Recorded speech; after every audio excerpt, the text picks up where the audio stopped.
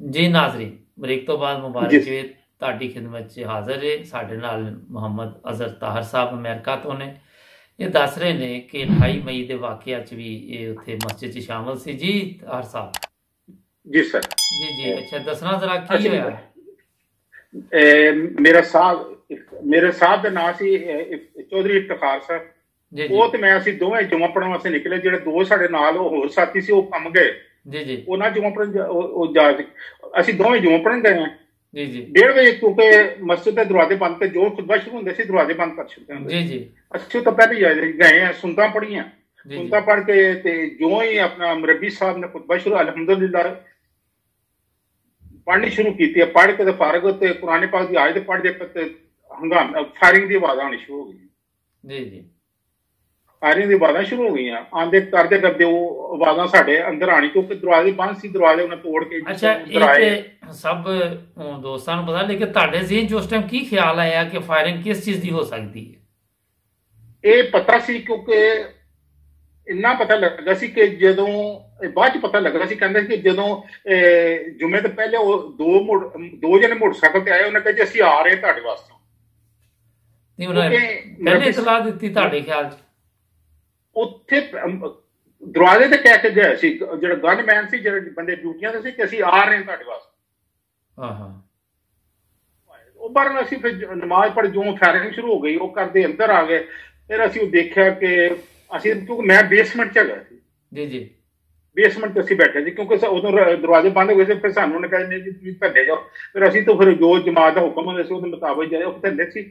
ਉਹ ਫਾਇਰਿੰਗ ਸ਼ੁਰੂ ਅੰਦਰ ਹੋ ਗਈ ਤਾਂ ਅੰਦਰ ਬੰਬ ਧਮਾਕੇ। ਫਿਰ ਮੁਰੱਬੀ ਸਾਹਿਬ ਦੀ ਆਵਾਜ਼, ਫਿਰ ਉਹਨਾਂ ਨੇ ਇਹੀ ਕਹਿੰਦੇ ਕਿ ਦੁਆ ਕਰੋ, ਦਰੂਦ ਪੜੋ, ਦਰੂਦ ਪੜੋ।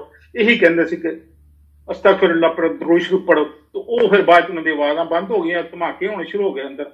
ਉਹ ਫਿਰ ਦੇਖਿਆ ਮੇਰੇ ਕੋਲ ਇੱਕ ਲੜਕਾ ਬੈਠਾ ਸੀ, ਮੇਰੇ ਹਾਲ ਯਾਦ ਉਹਦੀ ਭੈਣ ਸੀ ਛੋਟੀ ਜਿਹੀ। ਉਹ ਰੋਣ ਲੱਗ ਗਿਆ। ਮੈਂ ਕਿਹਾ ਬੇਟਾ ਰੋਣ ਦੀ ਜ਼ਰੂਰਤ, ਅੱਲਾ ਨੂੰ ਯਾਦ ਕਰੋ, ਅੱਲਾਹ ਤਾਲਾ को माफी करेगा इंशाल्लाह, ਅੱਲਾਹ ਤਾਲਾ ਫਜ਼ਲ ਕਰੇਗਾ। ਜੀ ਜੀ ਮੈਂ ਕਿਹਾ ਸੀ ਕਿ ਉਹ ਜਦੋਂ ਉੱਥੋਂ ਮੈਂ ਦੇਖਿਆ ਜਿਹੜੇ ਸਾਡੇ ਬੇਸਮੈਂਟ ਦੇ ਉੱਤੇ ਨਾ, ਉੱਥੇ ਕੁਰਸੀਆਂ ਤੇ ਲੋਕ ਬੈਠੇ ਹੋਏ ਸੀ। ਜੀ ਜੀ ਗੋਲੀਆਂ ਲੱਗੀਆਂ ਤਾਂ ਥੱਲੇ ਡਿੱਗ ਪਏ ਗਏ। ਅੱਛਾ 4-5 ਡੈਡ ਬਾਡੀਆਂ ਥੱਲੇ ਡਿੱਗੀਆਂ ਗਈਆਂ। ਅੱਛਾ। ਉੱਤੇ ਵੀ ਕੁਛ ਉੱਥੇ ਕੁਰਸੀਆਂ ਤੇ ਐਂਟੀ ਪਈਆਂ ਹੋਈਆਂ। ਉਹ ਕਰਦੇ ਕਰਦੇ ਕੋਈ ਮੇਰੇ 10-15 ਮਿੰਟ ਲੱਗੇ ਆ। ਫਿਰ ਉਹ ਐਲਾਨ ਹੋ ਗਿਆ, ਖਾਮੋਸ਼ੀ ਹੋ ਗਈ। ਫਿਰ ਬਾਅਦ ਪਤਾ ਲੱਗਾ ਜੀ ਕਿ ਉਹਨਾਂ ਨੇ ਕਿਹਾ ਜੀ ਦਹਿਸ਼ਤਗਰਦਾਂ ਫੜ ਲਿਆ। ਅੱਛਾ। ਉਹ ਫਿਰ ਲੋਕ ਜਿਹੜੇ ਸਾਈਡਾਂ ਤੇ ਕਮਰਿਆਂ 'ਚ ਜਾਂ ਬਰਾਮਦੇ ਛੁਪੇ ਹੋਏ ਸੀ ਉਹ ਬਾਹਰ ਨਿਕਲੇ। ਜੀ ਜੀ ਮੈਂ ਉੱਥੇ ਹੀ ਬੈਠਾ ਹੋਇਆ ਜੀ। ਫਿਰ ਅਸੀਂ ਉਹਨਾਂ ਨੂੰ ਡੈਡ ਬਾਡੀ ਜਿਹੜੇ ਉੱਤੋਂ ਥੱਲੇ ਡਿੱਗੀਆਂ ਤੇ ਉਹਨਾਂ ਨੂੰ ਅਸੀਂ ਸਿੱਧਾ। ਅੱਛਾ, ਇਹ ਤੇ ਅੱਗੇ ਪ੍ਰੋਗਰਾਮ 'ਚ ਅਸੀਂ ਲੈ ਚੁੱਕੇ, ਲੇਕਿਨ ਇਹਦੇ 'ਚ ਜਿਹੜੀ ਚੀਜ਼ ਮੈਂ ਤੁਹਾਨੂੰ ਪੁੱਛਣਾ ਚਾਹ ਰਿਹਾ ਕਿ ਫਾਇਰਿੰਗ ਜਦੋਂ ਹੋਈ ਤੇ ਤੁਹਾਨੂੰ ਇਹ ਵੀ ਜ਼ਿਹਨ 'ਚ ਆਇਆ ਕਿ ਸ਼ਾਇਦ ਅੱਜ ਅਸੀਂ ਇੱਥੇ ਸ਼ਹੀਦ ਹੋ ਸਕਦੇ ਹਾਂ, ਜਾਂ ਕੋਈ ਐਸੀ ਚੀਜ਼ ਜ਼ਿਹਨ 'ਚ ਆਈ ਤੁਹਾਡੇ 'ਚ? ਜੀ ਬਿਲਕੁਲ। ਮੇਰਾ ਜ਼ਿਹਨ 'ਚ ਇਹ ਸੀ ਕਿ ਮੈਂ ਨਾ ਉਹ ਬੇਸਮੈਂਟ ਦੇ ਥੱਲੇ ਤੋਂ ਸੀਟੀਆਂ ਦੇ ਨਾਲ ਮੈਂ ਜੋ ਹੀ ਪਤਾ ਲੱਗਦਾ ਨਾ ਕਿ ਥੱਲੇ ਮੈਂ ਸੀਟੀਆਂ ਦੀ ਸਾਈਡ ਤੇ ਹੋ ਕੇ ਤਾਂ ਮੈਂ ਇਹਨੂੰ ਫੜ ਲੈਣਾ। ਅੱਛਾ। ਮੈਂ ਕਿਹਾ ਦੇਖੋ ਜ਼ਿੰਦਗੀ ਤੇ ਇੱਕ ਦਫਾ ਅੱਲਾਹ ਤਾਲਾ ਨੇ ਦੇਣੀ ਹੈ ਨਾ, ਇਹ ਸ਼ਹਾਦਤ ਦਾ ਰੁਤਬਾ ਮਿਲ ਜੇ ਹੋ। ਲੇਕਿਨ ਕੋਈ ਡਰ ਨਹੀਂ ਸੀ, ਖੌਫ ਨਹੀਂ ਸੀ ਤੁਹਾਨੂੰ? ਨਾ ਜੀ, ਕੋਈ ਖੌਫ ਨਹੀਂ। ਅੰਦਰ ਮੈਂ ਦੇਖਿਆ ਕੋਈ ਰੋਣ ਦੀ ਕਿਸੇ ਦੀ ਆਵਾਜ਼ ਨਹੀਂ, ਕੋਈ ਕਿਸੇ ਦਾ ਸ਼ੋਰ ਸ਼ਰਾਬਾ ਨਹੀਂ। ਅਲਹਮਦੁਲਿल्लाह ਇਹ ਸਾਡਾ ਮੰਨਣ ਦੀ ਵਜ੍ਹਾ ਨੇ ਸਾਰਾ ਕੁਛ ਹੈਗਾ। ਕਿਸੇ ਨੇ ਕੋਈ ਸ਼ੋਰ ਸ਼ਰਾਬਾ ਨਹੀਂ ਕੀਤਾ ਕਿ ਜੀ ਮਰ ਗਏ ਆਪਣਾ। ਉਹ ਫਿਰ ਅਸੀਂ ਬਾਅਦ 'ਚ ਸਾਰਾ ਹੰਗਾਮਾ ਠੀਕ ਹੋਇਆ। ਅੱਛਾ, ਇੱਥੇ ਹੀ ਇੱਕ ਮਿੰਟ ਇੱਥੇ ਬ੍ਰੇਕ। ਫਿਰ ਇਹ ਵਾ ਕਿ ਤੁਹਾਡੇ ਘਰਦਿਆਂ ਨੂੰ ਪਤਾ ਸੀ ਤੁਸੀਂ ਉੱਥੇ ਜੁਮਾ ਪੜ੍ਹਨ ਗਏ ਸੀ? ਉਹਨਾਂ ਨੂੰ ਪਤਾ ਸੀ ਕਿਉਂਕਿ ਅਸੀਂ ਮੇਰਾ ਫੋਨ ਉਸ ਦਿਨ ਕੁਦਰਤੀ ਦਫ਼ਤਰ ਰਹਿ ਗਿਆ। ਅੱਛਾ। ਉਹ ਦਰਾਜ ਸੀ ਪਿਆ ਰਿਹਾ ਉੱਥੇ। ਠੀਕ। ਉਹ ਕਿਤੇ ਘਰ ਵਾਲੇ ਫੋਨ ਕਰਦੇ ਰਹੇ, ਉਹਦੇ ਫੋਨ ਅਟੈਂਡ ਨਾ ਹੋ ਗਏ, ਕੋਈ ਪਹਿਲਾਂ ਹੀ ਜਾਂਦੀਆਂ ਰਹੀਆਂ। ਜੀ ਜੀ। ਉਹ ਸਮਝਦੇ ਕਿ ਪਨੀ ਸ਼ਾਇਦ ਸ਼ਹੀਦ ਹੋ ਗਿਆ। ਅੱਛਾ। ਉਹ ਫਿਰ ਆਪਣਾ ਬਾਹਰ ਉਹ ਗੱਲਬਾਤ ਕੋਈ ਨਾ ਘਰ ਵਾਲਿਆਂ ਨਾਲ। ਉਹ ਤੋਂ ਬਾਅਦ 'ਚ ਫਿਰ ਅਸੀਂ ਬਾਹਰ ਨਿਕਲੇ ਆ ਤੇ ਫਿਰ ਜਦੋਂ ਅਸੀਂ ਉਹ ਡੈਡ ਬਾਡੀ ਸਿੱਧੀ ਕੀਤੀ, ਫਿਰ ਅੰਦਰ ਹਾਲ 'ਚ ਪਹੁੰਚੇ ਜਿੱਥੇ ਜ਼ਿਆਦਾ ਲੋਕ ਸ਼ਹੀਦ ਹੋਏ ਸੀ, ਜ਼ਖਮੀ ਸੀ। ਉਹ ਫਿਰ ਇੱਕ ਸਾਹਿਬ ਹੈਗੇ ਸੀ ਖਿੜਕੀ ਦੇ ਨਾਲ ਹੀ, ਉਹ ਕਿਸੇ ਨਾਲ ਪਰਦਾ ਲਾ ਕੇ ਉਹਨਾਂ ਨੇ ਬੰਨਿਆ ਹੋਇਆ। ਤਾਂ ਉਹਨੇ ਕਿਹਾ ਯਾਰ ਮੈਨੂੰ ਖੋਲ ਛੱਡ। ਮੈਂ ਖੋਲਿਆ ਤਾਂ ਸਾਰਾ ਜਿਹੜਾ ਪੱਟ ਦਾ ਮਾਸ ਸੀ ਨਾ ਸਾਰਾ ਲਮਕਿਆ ਹੋਇਆ। ਓਹੋ। ਅੱਛਾ, ਇਹ ਦੱਸੋ ਆਪਣਾ ਅਜ਼ਹਰ ਸਾਹਿਬ, ਇਹ ਤੇ ਕਾਫੀ ਦਫਾ ਵਾਕਿਆਤ ਮਗਰ ਇੱਕ ਸੋਚਣ ਵਾਲੀ ਗੱਲ ਹੈ ਕਿ ਤੁਸੀਂ ਹਰ ਜੁਮਾ ਮਾਡਰਨ ਟਾਊਨ ਪੜ੍ਹਦੇ ਸੀ ਜਾ ਕੇ ਜਾਂ ਉਦਣ ਹੀ ਗਏ ਜੀ ਸੀ? ਜੀ ਬਿਲਕੁਲ ਮਾਡਲ ਟਾਊਨ ਪੜ੍ਹੀ ਦੇ, ਕਿਉਂਕਿ ਸਾਡਾ ਦਫ਼ਤਰ ਸਾਨੂੰ ਦਫ਼ਤਰ ਨੂੰ ਉਹੀ ਲੱਗਦਾ ਸੀ ਮਾਡਲ ਟਾਊਨ ਬਸ। ਠੀਕ ਉੱਥੇ ਤੁਸੀਂ ਲਾਹੌਰ ਰਹਿੰਦੇ ਸੀ, ਵੈਸੇ ਵੀ ਮੁਖਾਲਫਤ ਦਾ ਸਾਹਮਣਾ ਹੈ ਲੋਕਾਂ ਨੂੰ? ਨਹੀਂ ਵੈਸੇ ਅੱਲਾ ਦਾ ਸ਼ੁਕਰ ਸਾਡੇ ਗੁਲਸ਼ਨ ਪਾਰਕ ਕੋਈ ਐਸਾ ਹੰਗਾਮਾ ਇੱਕ ਬੰਦਾ ਸੀ, ਉਹਦੀ ਨਾ ਏਜੰਸੀ ਹੈਗੀ ਸੀ ਬੋਤਲਾਂ ਦੀ। ਅੱਛਾ। ਉਹ ਬੜਾ ਖਬੀਸ ਜਿਹਾ ਆਦਮੀ ਸੀ, ਪਹਿਲੇ ਮੂਲ ਕਰ ਜਾਂਦੇ, ਉੱਥੇ ਫਸਾਦ ਦੀ ਜਮਾਤ ਦਾ ਭਾਈ ਰੱਖਿਆ ਉਹਨਾਂ ਨੇ। ਉਹ ਮੂਲ ਪਰ ਉਹਨੂੰ ਕੱਢਿਆ ਤੇ ਉਹ ਗੁਲਸ਼ਨ ਪਾਰਕ ਆ, ਉਹਨੇ ਆਪਣੀ ਦੁਕਾਨਦਾਰੀ ਚਲਾਉਣ ਵਾਸਤੇ ਆਪਣਾ ਗੁਲਸ਼ਨ ਪਾਰਕ ਦੀ ਸ਼ੈਜ਼ਾਨ ਦੀ ਗੱਡੀ ਬੰਦ ਕਰਵਾਤੀ, ਉੱਥੇ ਫਿਰ ਇਹਨੇ ਖਤਮੇ ਨਬੂਵਤ ਦਾ ਦਫ਼ਤਰ ਬਣਾ ਲਿਆ। ਅੱਛਾ। ਉਦੋਂ ਇੰਨਾ ਕੋਈ ਨਹੀਂ ਸੀ, ਉਸ ਬੰਦੇ ਦੀ ਵਜ੍ਹਾ ਨਾਲ ਸਾਰੇ ਫਸਾਦ ਫੈਲੇ ਤੇ ਅੱਲਾ ਦਾ ਸ਼ੁਕਰ ਗੁਲਸ਼ਨ ਪਾਰਕ 'ਚ ਕੋਈ ਐਸਾ ਵਾਕਿਆ ਨਹੀਂ ਅੱਜ ਤੱਕ ਹੋਇਆ।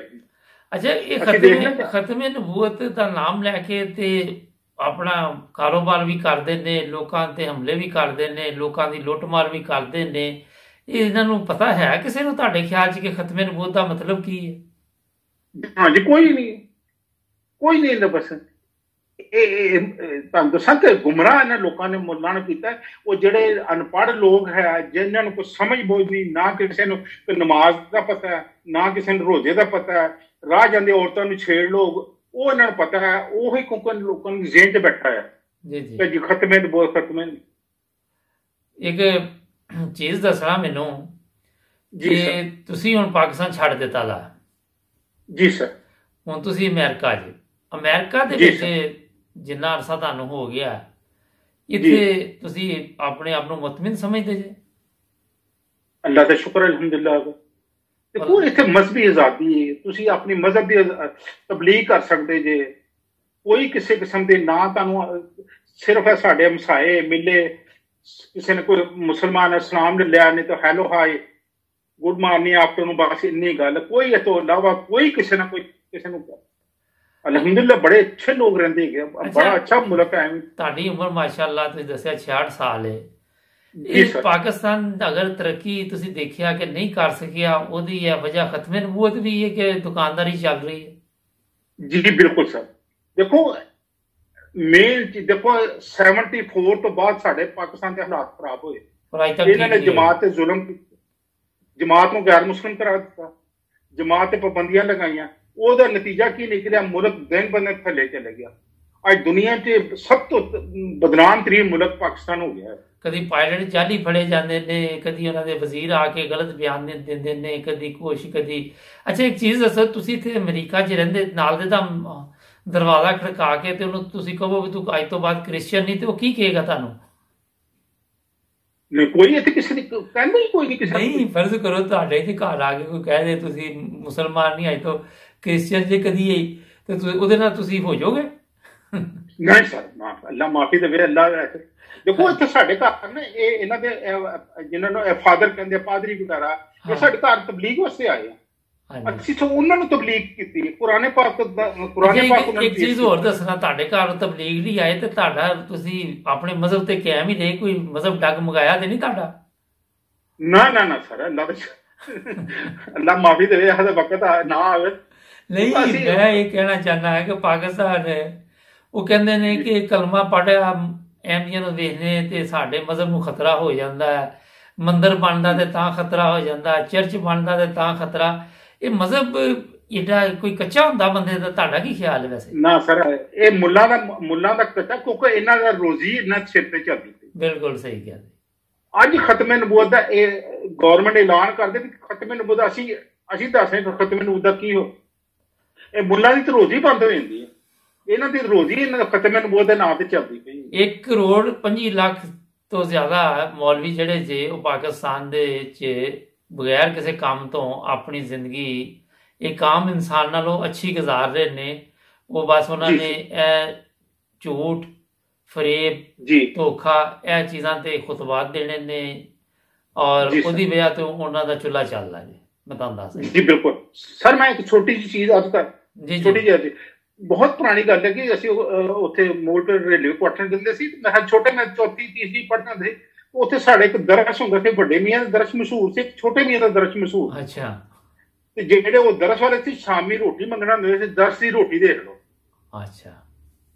ਯਾਨੀ ਉਹਨਾਂ ਰੋਟੀ ਲੈ ਕੇ ਜਾਣੀ, ਇੱਕੋ ਹੀ ਉਹਨਾਂ ਕੋ ਹੁੰਦਾ ਸੀ ਡੋਲ ਜਿਹਾ, ਕਿਸੇ ਨੇ ਦਾਲ ਪਾ ਦਿੱਤੀ, ਕਿਸੇ ਨੇ ਸੋਰਾ ਪਾਤਾ, ਕਿਸੇ ਨੇ ਸਬਜ਼ੀ ਪਾਤੀ, ਉਹਦੇ 'ਚ ਸਭ ਕੁਝ ਉਹ ਖਾਂਦੇ ਹੁੰਦੇ ਸੀ। ਅੱਜ ਮੁੱਲਾਂ ਦੇਖ ਲਓ ਕਿ ਉਹ ਅਸਮਾਨਾਂ 'ਤੇ ਚੜ੍ਹ ਗਏ ਆ, ਤੇ ਜਿਹੜੇ ਉਹਨਾਂ ਨੇ ਮੰਨਾ ਉਹ ਗਰੀਬ ਹੋਏ ਆ। ਅੱਛਾ, ਇਹ ਵੀ ਅਜੀਬ ਹੀ ਗੱਲ ਜੇ ਕਿ ਜਿਹੜਾ ਦੇ ਰਿਹਾ ਉਹ ਗਰੀਬ ਹੈ ਤੇ ਜਿਹੜਾ ਲੈ ਰਿਹਾ ਉਹ ਅਮੀਰ ਹੈ। ਜੀ ਬਿਲਕੁਲ ਹਾਂਜੀ ਜੀ ਸਰ। ਇੱਥੇ ਹੁਣ ਅਮਰੀਕਾ ਦੇ ਵਿੱਚ ਤੁਸੀਂ ਜੀ ਆਪਣਾ ਬਾਕੀ ਦੀ ਜ਼ਿੰਦਗੀ ਇੱਥੇ ਗੁਜ਼ਾਰਨ ਦਾ ਪ੍ਰੋਗਰਾਮ ਹੈ?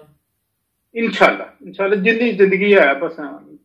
ਇੱਥੇ ਹੁਣ ਮੇਰਾ ਬੇਟਾ ਹੁੰਦਾ ਹੈ, ਅਸੀਂ ਇਸ ਘਰ 'ਚ ਮੇਰਾ ਬੇਟਾ, ਮੇਰੀ ਵਾਈਫ ਔਰ ਮੈਂ, 3 ਜੀ ਗਏ। ਇੱਕ ਮੇਰੀ ਬੇਟੀ ਹੈ ਦਿਨ ਦੀ, ਉਹ ਲੱਗਦਾ ਉਹਨਾਂ ਆਪਣੇ ਘਰ 'ਚ ਰਹਿੰਦੇ। ਤੇ ਅਮਰੀਕਾ ਪਹੁੰਚੇ ਕਿਸ ਤਰ੍ਹਾਂ ਤੁਸੀਂ, ਇਹ ਵੀ ਥੋੜਾ ਜਿਹਾ ਦੱਸ ਦਿਓ ਨਾਜ਼ਰੀਨ ਨੂੰ। ਮੇਰੀ ਬੇਟੀ ਪਹਿਲੇ ਆਈ ਹੈ। ਅੱਛਾ, ਉਸ ਬੇਸ ਤੇ ਤੁਸੀਂ ਬੇਟੀ ਦਾ ਵੀਜ਼ਾ ਲੱਗ ਗਿਆ, ਉਹ ਆ ਗਏ, ਫਿਰ ਉਹਨਾਂ ਨੇ ਕੇਸ ਕੀਤਾ, ਉਹਨਾਂ ਦਾ ਕੇਸ ਪਾਸ ਹੋ ਗਿਆ।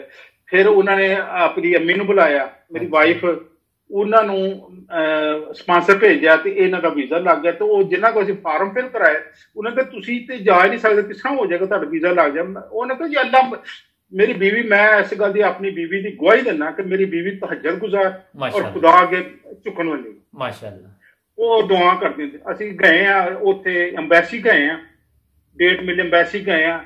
ਤੇ ਮੈਂ ਦੇਖਿਆ, ਮੈਂ ਬਾਹਰ ਬੈਠਾ ਹੋਇਆ ਸੀ, ਉਹ ਇੱਕ ਬੰਦਾ ਆਇਆ, ਉਹਨੇ ਸਿਰ ਥੱਲਿਆ, ਦੂਸਰਾ ਸੁੱਟਿਆ, ਤੀਸਰਾ ਮੇਰੀ ਵਾਈਫ ਹੱਸਦੀ ਹੈ ਜੀ, ਮਾਸ਼ਾਅੱਲਾ, ਕਹਿੰਦੀ ਮੈਂ ਉਹਨਾਂ ਕੋਲ ਗਈ ਆ, ਉਹਨਾਂ ਮੇਰੇ ਕਾਗਜ਼ ਦੇਖੇ, ਉਹਨਾਂ ਕਿਹਾ ਜੀ ਕਿੰਨਾ ਕੋ ਜਾਣਾ, ਬੇਟੀ ਕੋ ਜਾ, ਮੁਬਾਰਕ ਹੋ ਜੀ ਅਸੀਂ ਤੁਹਾਨੂੰ ਵੀਜ਼ਾ ਦੇਣਾ। ਇਹ ਗੱਲ ਕਰੀ ਉਹਨਾਂ ਦੀ। ਤੇ ਬੇਟਾ ਕੀ ਕਰਦਾ ਇੱਥੇ ਅਮਰੀਕਾ?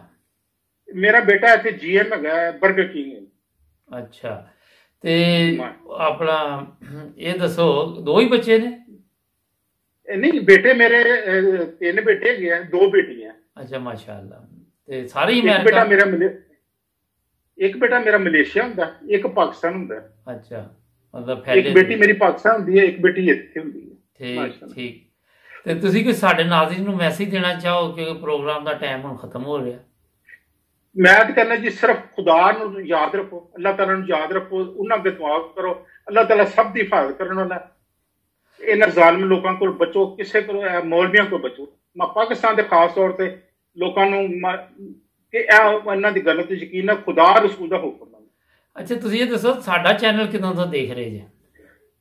ਮੈਨੂੰ ਤੁਹਾਡਾ ਚੈਨਲ ਅਚਾਨਕ ਹੀ ਬਾਈ ਚਾਂਸ ਮੇਰਾ ਤਕਰੀਬਨ 2-3 ਮਹੀਨੇ ਹੋ ਗਏ। ਅੱਛਾ, कैसे देखे माशाल्लाह जी, बहुत अच्छा लगा, बहुत अच्छा।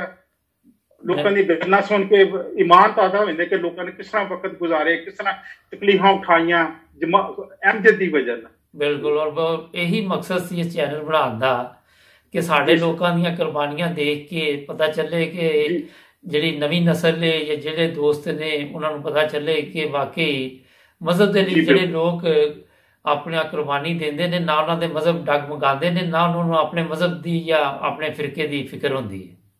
ਜੀ ਬਿਲਕੁਲ, ਇਸ ਤਰ੍ਹਾਂ ਹੀ ਹੈ ਨਾ ਸਰ। ਤੁਹਾਡੇ ਨਾਲ ਗੱਲਬਾਤ ਕਰਕੇ ਬਹੁਤ ਅੱਛਾ ਲੱਗਾ, ਤੁਹਾਡੇ ਨਾਲ ਫਿਰ ਵੀ ਇਨਸ਼ਾਅੱਲਾ ਰਾਬਤਾ ਰਹੇਗਾ। ਤੁਸੀਂ ਜੋ ਬਹੁਤ ਸ਼ੁਕਰੀਆ ਜੀ, ਜਜ਼ਾਕੱਲਾ, ਅੱਲਾਹ ਤਾਲਾ ਤੁਹਾਨੂੰ ਜਜ਼ਾ ਦੇ। ਮਿਹਰਬਾਨੀ, ਥੈਂਕ ਯੂ ਜੀ। ਨਾਜ਼ਰੀਨ, ਜ਼ਬਰਦਸਤ ਗੱਲਾਂ ਤੁਹਾਨੂੰ ਸੁਣਾਈਆਂ। ਤੁਸੀਂ ਵੀ ਅਗਰ 9 ਵਜ਼ਰਸ TV ਦੇ ਮਹਿਮਾਨ ਬਣਨਾ ਚਾਹੋ ਤਾਂ ਸਕਰੀਨ 'ਤੇ ਜਿਹੜਾ ਨੰਬਰ ਹੈ, ਅਗਰ ਤੁਹਾਡਾ ਵੀ ਕੋਈ ਵਾਕਿਆ ਪੇਸ਼ ਆਇਆ ਤਾਂ ਸਾਡਾ ਰਾਬਤਾ ਕਾਇਮ ਕਰੋ। ਇਨਸ਼ਾਅੱਲਾ ਅਸੀਂ ਤੁਹਾਡੀ ਗੱਲਬਾਤ ਸੁਣਾਂਗੇ। ਜੁੜੇ ਰਹੋ 9 ਵਜ਼ਰਸ TV ਦੇ ਨਾਲ। ਅਗਲੇ ਪ੍ਰੋਗਰਾਮ ਤੱਕ ਇਜਾਜ਼ਤ ਦਿਓ। ਮੁਬਾਰਕ ਜੀ ਨੂੰ। ਅੱਲਾਹ ਹਾਫਿਜ਼। ਓਕੇ ਜੀ, ਅੱਲਾਹ ਹਾਫਿਜ਼। अस्सलाम वालेकुम।